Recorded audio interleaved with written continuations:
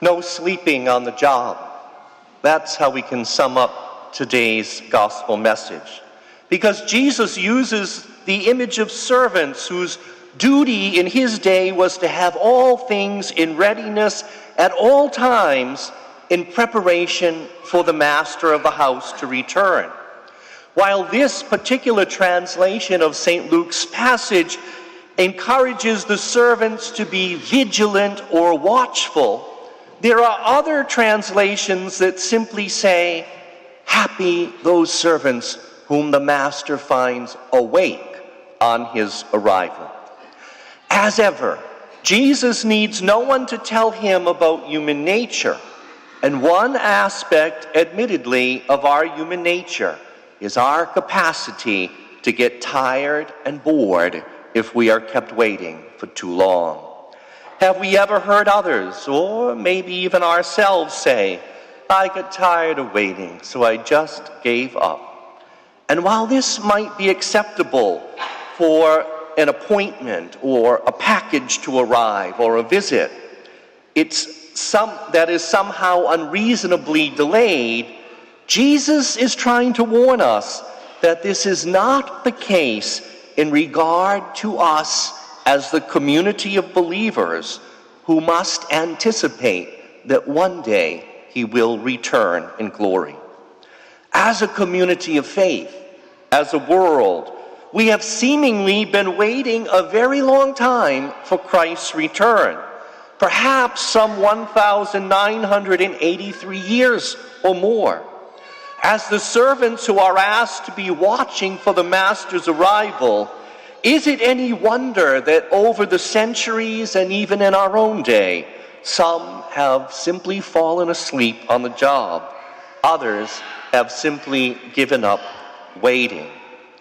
In contrast, from time to time, we hear of religious cults who feel they have the inside track on the exact time of Christ's return.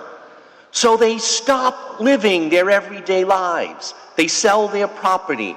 They go and await the predicted moment of his arrival on some far mountaintop, convinced that they will be the only ones who are going to be saved. But usually, much to their disappointment, and maybe even the amusement of others, the predicted day usually comes and goes, and there is no second coming. The message of today's gospel is that neither of these approaches, either giving up waiting or giving up living in order to wait for Christ's return, is what is being asked of us. St. Luke's gospel makes it clear that Christ's return will be long delayed, and the time of his arrival will always be completely unknown.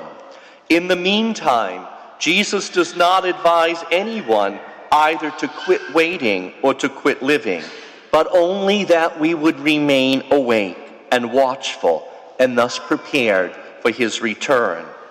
What does it mean, though, to remain awake in this context? Simply that we constantly remember who we have become by our baptism, that we are ever mindful of all that we are called to be and to do as the children of God and disciples of his Son, Jesus Christ. In recent years, it became popular for people to wear a little bracelet with the initials that stood for "What would Jesus do?" as a guide for their attitudes, decisions, their actions.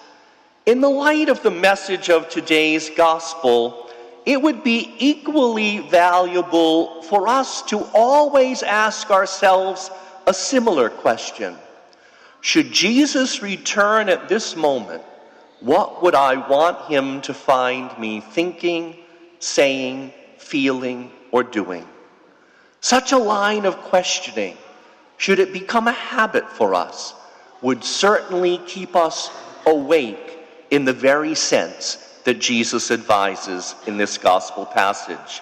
For it will not be by sitting on a mountaintop that we best prepare ourselves for his return, but rather by fully engaging in every aspect of our lives, be it our family lives, our work life, our school life, our social life, with an awareness of what Jesus is asking us to do in every situation. In this way, we can better appreciate that discipleship is never a once-a-week event, nor ever a part-time job.